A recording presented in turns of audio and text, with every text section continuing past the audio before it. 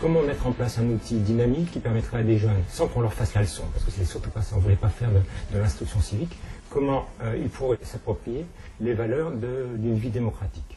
En gros, très simplement, de se dire comment je fais, moi qui suis unique, pour vivre avec d'autres qui sont aussi uniques, pour pouvoir éviter de vivre côte à côte, et comment on peut faire société ensemble. T'es qui, toi, t'es qui, moi? T'es pas qui, t'es pas quoi? T'es qui, toi, t'es qui, moi? Mais toi, t'es qui, t'es quoi? Avec l'appui du programme européen Jeunesse en action, avec le soutien de notre ville, du SAM de Sénart, les secteurs éducatifs de réparation pénale SAS ADSEA 77 ont initié et ont inventé un Eurocivic Meeting regroupant des jeunes Européens que l'on appelle, que l'on dit, en conflit avec la loi.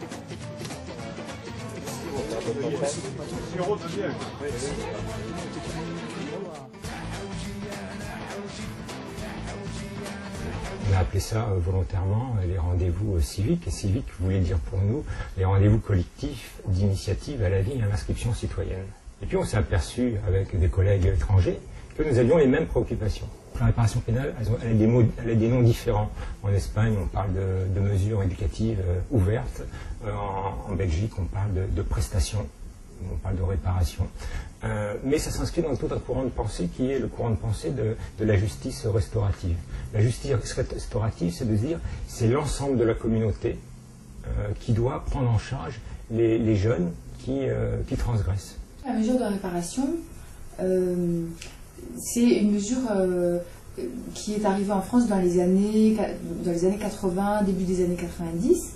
Certains juges des enfants, en lien avec des services éducatifs, ont décidé d'expérimenter des activités, ou du travail, ou une activité intellectuelle ou physique qui permettent à un jeune qui a commis un acte de délinquance de prendre conscience du mal qu'il avait pu faire et de faire émerger en lui le désir de réparer, de retisser les fils du lien social.